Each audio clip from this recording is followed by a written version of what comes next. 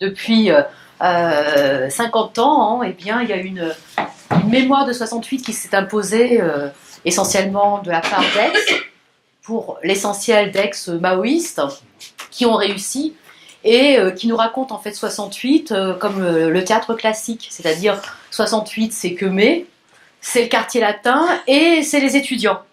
Et c'était des étudiants de bonne famille qui, une fois qu'ils ont fait leur crise d'acné, eh bien, on retrouvait, non mais ça c'est l'interprétation, la doxa, une fois qu'ils ont fait leur crise d'acné, eh bien, et qu'ils se sont bien amusés, ils retrouvent la place de bourgeois qui était la leur, et donc en gros, ça veut dire, jeunes gens, c'est pas la peine de vous révolter, puisque on finit tous comme ça chez Macron, quoi, en gros.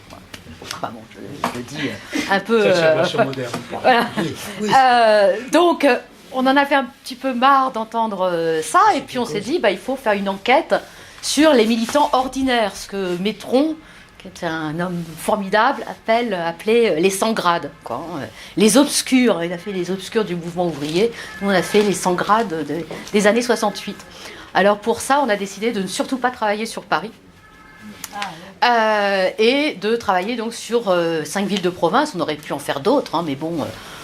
voilà quoi, on a fait ce qu'on a pu, donc Lille, Rennes, Nantes, Lyon et Marseille. Voilà. Ça avait plusieurs intérêts. D'une part, il y a des configurations socio-économiques très différentes d'une ville à une autre, entre Marseille, qui est déjà dans le déclin, alors que Rennes, au contraire, est une ville qui va devenir une ville universitaire en développement. Et puis d'un point de vue politique également, des fois la droite, des fois le PS, enfin bizarre, PS bizarre pour Marseille, mais bon. Donc on a varié un peu ça. Alors évidemment, pourquoi ça n'avait jamais été fait ça parce que c'est un travail, c'est énorme quoi, de retrouver des militants ordinaires. Quoi. Comment on les retrouve, voilà.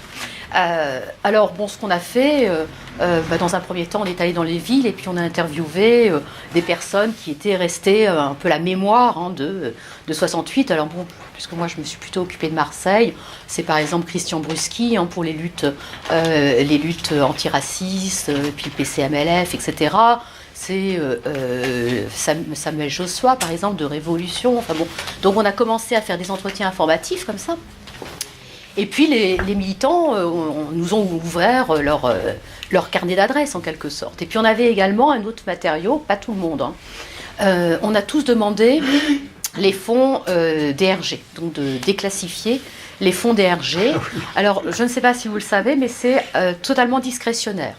C'est-à-dire que moi sur Marseille, j'ai eu accès... Alors moi, je travaille sur l'extrême gauche, et Marseille. J'ai eu accès à tout, mais alors absolument à tout. Et je vais vous dire un peu ce qu'il y a là-dedans.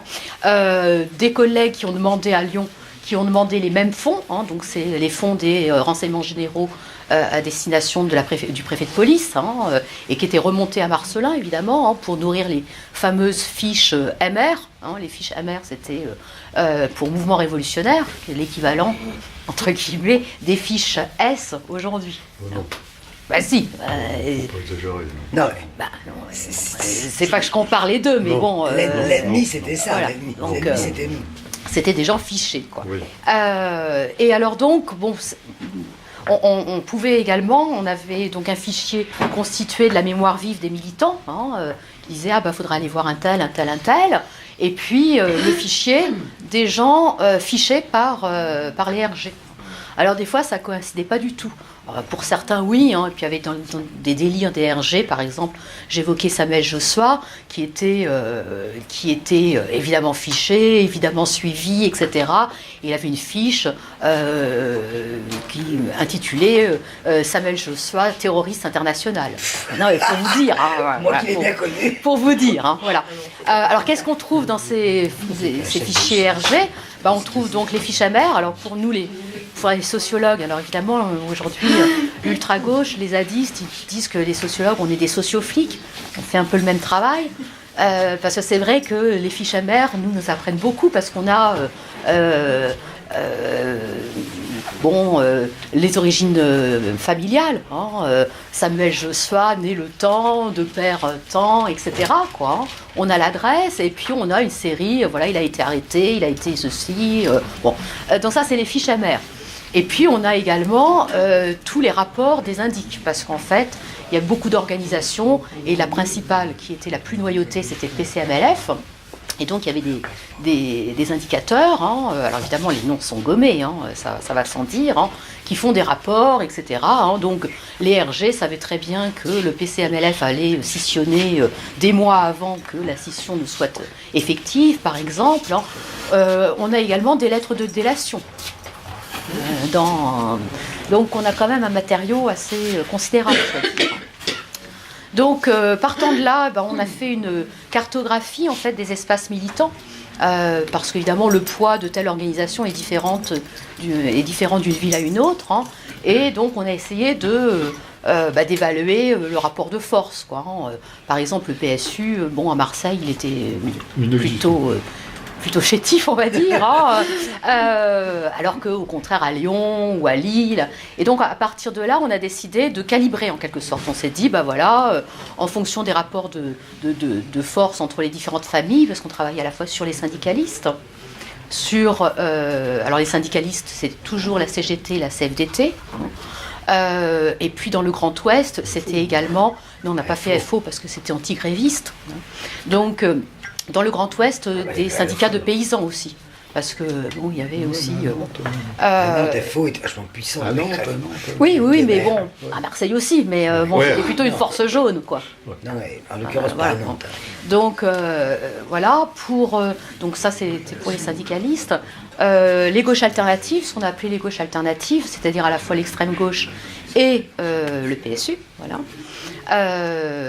Et puis, sur certaines villes, il fallait aussi faire un peu d'anarchistes. Par exemple, à Lyon. Et puis, l'autre grande famille, c'était les féministes. Voilà. Donc, à partir de là, on a calibré. Alors, c'est évidemment pas un échantillon représentatif. Au total, on a rassemblé à peu près 8000 noms, 7760 très précisément, de militants ordinaires. Hein, et puis après, on n'allait pas voir des figures. Par exemple, je vous disais que j'ai fait des entretiens avec Bruschi ou avec Josua, mais je n'ai pas fait d'entretien récit de vie avec ces leaders, même locaux, quoi. J'ai fait des récits de vie avec des gens... donc voilà, à peu près 7000. Et puis, sur les 7000, on a fait des entretiens donc, de type récit de vie, à peu près 400. Sur toute la France. Hein. Et notre objectif, c'était évidemment de comprendre comment ils se sont engagés, mais surtout de comprendre ce que l'engagement avait fait à leur vie. Donc, c'est des gens de 70 ans, on leur demandait en fait de dérouler toute leur vie, hein, pour voir quelles étaient les incidences du militantisme sur la carrière professionnelle, sur la carrière affective, sur le rapport aux enfants, etc. Quoi. Donc, c'est des entretiens qui durent entre 3 et pour certains jusqu'à 8 heures. Vous avez fait 400. Oui. 400 entretiens dans le directif de 3-8 heures. Oui. Vous étiez combien? On est une trentaine. C'est impressionnant. Et alors, en plus, on associait, mais alors vous n'allez pas trop le voir là, on associait une nouvelle méthode. Bon, je ne vais pas vous assommer de méthode, mais je vais vous expliquer un peu à quoi ça sert, qui est ce qu'on appelle les calendriers de vie. Les calendriers de vie, en fait, ça vient pas des sciences sociales, hein, ça vient des sciences dures, hein, en biologie, hein, avec les questions sur l'ADN. Alors attendez, je vais essayer de vous en retrouver. Enfin, il y en a un. Alors ça vous dit rien, évidemment, parce que là, c'est tout petit, hein, mais les calendriers de vie, ça se présente... C'est une grande feuille, comme ça, hein, de toutes les couleurs, où on va inviter les militants à remplir toutes les cases, hein, c'est-à-dire de leur naissance jusqu'à aujourd'hui, où est-ce qu'ils habitent, avec qui ils ont habité, en communauté, avec leurs compagnes, voilà, en internat, hein, quel type d'études ils ont fait. Bon, la vie affective également, hein, les mariages, les divorces, etc., les enfants. Quel type d'études, quel type de profession, et puis toute la colonne militant, quoi. Organisation militante, syndicale, politique, etc. Là, ça ne vous dit rien parce que c'est tout petit, mais je vous dis, ça fait un fichier, enfin, ça fait une feuille énorme comme ça. Alors, pourquoi on a fait ça ? mais je ne rentre pas trop dans les détails, mais c'est très intéressant parce que ça nous permet, parce qu'évidemment avec 400 entretiens, la mémoire, on n'a pas la mémoire pour retenir 400 vies, quoi. Bon. Alors, avec ça, on va faire un traitement quantitatif d'un matériau qui est les qualitatifs, qui sont les récits de vie. On a les récits de vie et puis on a le calendrier de vie de la personne, année par année. Et l'intérêt, c'est qu'on va voir, et on le voit vraiment, qu'il y a des années où les vies changent, où les vies bifurquent. Par exemple, 68, est-ce que ça a conduit des gens à changer totalement de trajectoire, ou une autre date. Donc on va voir d'une part des années particulièrement denses, ce qui nous permet de voir que le militantisme est très lié par exemple à la carrière affective. Qu'est-ce qui bouge le plus ensemble ? Le militantisme avec la carrière professionnelle ou le militantisme avec la vie affective ? En fait, c'est plutôt la vie affective. Voilà. Et puis ça nous permet également de faire des trajectoires types. C'est-à-dire que là aussi, par ces outils quantitatifs, eh bien, on voit à peu près 6 types de trajectoires type, ce qui, moi, m'autorise à dire, Lola, elle est représentative du type, d'un point de vue sociologique, du type 3. Donc moi, si je dis Lola, elle est représentative du type 3, faut me faire confiance, quoi. Mais là, je peux vraiment vous le dire parce que je la sors du calendrier de vie, en quelque sorte. Voyez, donc c'est irréfutable. Une typologie argumentée. Voilà. Alors maintenant, quelles sont les conclusions, peut-être ? Vous avez commencé ce travail quand ? On l'a commencé en 2012. Et donc, vous n'avez que les genoux. Comment ça, j'ai que les genoux ? Là, vous l'avez pris. Malheureusement, oui, les morts, je ne peux pas les faire parler. Et oui, bon. parce que 68, c'est pas que les gens qui avaient 20 ans. Oui, mais effectivement, là, en moyenne, ils avaient 20 ans en 68. Ça, c'est vrai. Ça, c'est vrai. Oui. Mais bon, ça, malheureusement, on peut pas... je ne peux pas ressusciter les morts. Vous auriez pu en faire qui est plus âgé en 68. Moi, j'en ai non, mais je dis en moyenne. Mais en fait, il y a 3 générations. Enfin, il y a 3 générations. Et les plus âgés sont les syndicalistes, d'ailleurs. La première génération, c'est ceux qui étaient déjà très engagés, et en général, ils s'engagent à partir de la guerre d'Algérie, évidemment. Voilà, donc, qui sont nés à partir de 1937, à peu près. Il y a ceux qui s'engagent, donc plus jeunes, évidemment, entre 66 et 68. Alors là, dont le moteur, c'est plus la guerre d'Algérie, évidemment, c'est essentiellement le Vietnam. Voilà. Et puis, il y a ceux qui s'engagent après 68 jusqu'en 74. On avait mis à peu près ces bornes-là. Il n'y a pas que des jeux d'eau. Voilà. Mais en moyenne, ils avaient effectivement 20 ans pour ce qui est des gauchistes. Pour les femmes, elles sont plus jeunes, en moyenne, puisque les féministes, ça vient un peu après. Et le groupe le plus âgé, ce sont effectivement les syndicalistes, de mémoire, 23 ans de moyenne d'âge. Voilà. Et puis au niveau homme-femme, ça c'était équilibré. Peut-être en 3 phrases, les conclusions. Alors, les conclusions, ça donne un portrait de ces militants ordinaires de province de 68 qui a rien à voir avec l'image renvoyée par Cohn-Bendit, Gesmar, Romain Goupil, etc. D'une part, ce ne sont pas des héritiers. Bourdieu disait, voilà, ceux qui se sont le plus révoltés, c'est ceux qui étaient de bonne famille. Voilà. C'est pas vrai. C'est pas vrai puisque sur notre population, donc de 400, on n'a que 20% d'individus qui sont de classe supérieure, enfin de familles de classe supérieure. La très grosse majorité, alors je ne parle pas pour les syndicalistes qui eux déjà travaillaient, c'est des gens qui accèdent à l'université pour la première, enfin c'est les premiers de leur famille à accéder à l'université. Et ça, c'est très très important parce qu'ils vont être confrontés à vraiment un sentiment de décalage, à la fois évidemment une aspiration par la famille à l'ascension sociale, c'est souvent de bons élèves qui ont un rapport tout à fait particulier à la culture, qui lisent qui lisent beaucoup, qui font état d'influences d'aumôniers, par exemple, ou de professeurs qui les ont politisés en quelque sorte. Et puis, ils découvrent un monde où ils sont désajustés en quelque sorte, ce qui peut expliquer un peu l'humeur de rébellion qui va les animer. Autre caractéristique, c'est des gens qui très majoritairement sont restés engagés. Par exemple, sur la population, parce que je pense que c'est celle qui vous intéresse le plus, des gauchistes, entre guillemets, sur à peu près un peu moins de 200 personnes, on ne constate que 20 retraits définitifs du militantisme. Retraits définitifs. Pour les autres, on a deux types de trajectoires militantes. On a des militantismes continus. Alors très classiquement, ça commence par exemple pour la famille gauchiste par un parti et ensuite soit ils sont orphelins d'organisation, soit ils quittent le parti. Ils sont très critiques à l'égard de la forme parti, mais ils vont continuer à militer dans le syndicalisme. Et ça, c'est des trajectoires continues. On a beaucoup de passages de militants d'extrême gauche qui étaient par ailleurs CFDT, qui vont ensuite être, par exemple, Sud, et donc des continuités comme ça. Et l'autre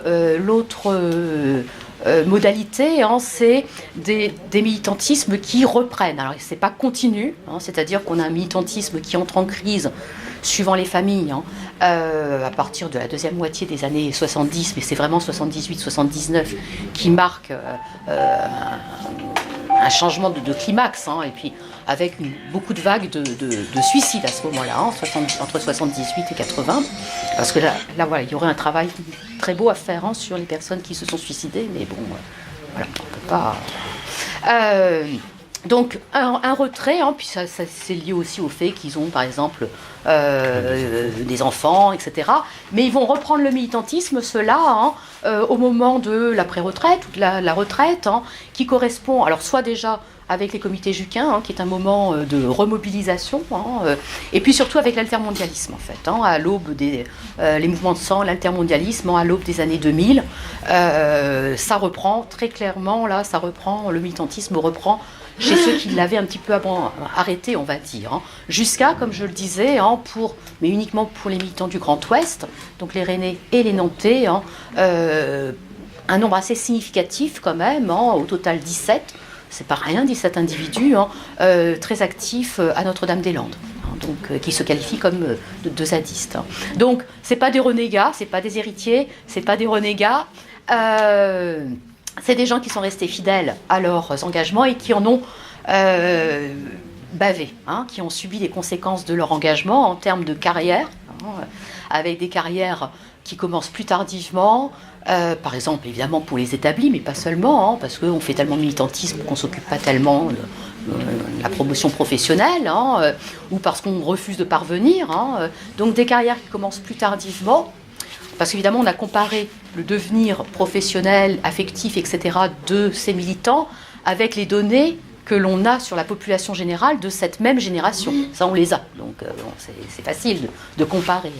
Donc, des carrières beaucoup plus hachées qui conduisent certains aujourd'hui, au moment où on les rencontrait, ils étaient à la retraite, où ils commençaient à calculer leur retraite, à avoir des retraites qui ne sont pas pleines, par exemple, parce que... Par exemple, ils ont été permanents d'orgas, évidemment pas déclarés, enfin voilà, ce genre de choses. C'est des vies affectives beaucoup plus... alors, pour vous donner un chiffre, on est dans les périodes évidemment des 30 glorieuses, tout le monde est en mobilité sociale ascendante, c'est-à-dire il y a une forte mobilité de ces générations. Les enfants ont une meilleure position sociale que les parents. Il n'y a que 4% en population générale de déclassement au cours de cette période, c'est-à-dire de gens qui vont acquérir une place professionnelle inférieure à celle de leurs parents. Parmi les militants de 68, c'est 26%. Donc vous voyez, c'est énorme. Le déclassement, un quart de la population qui a subi un déclassement social du fait du militantisme.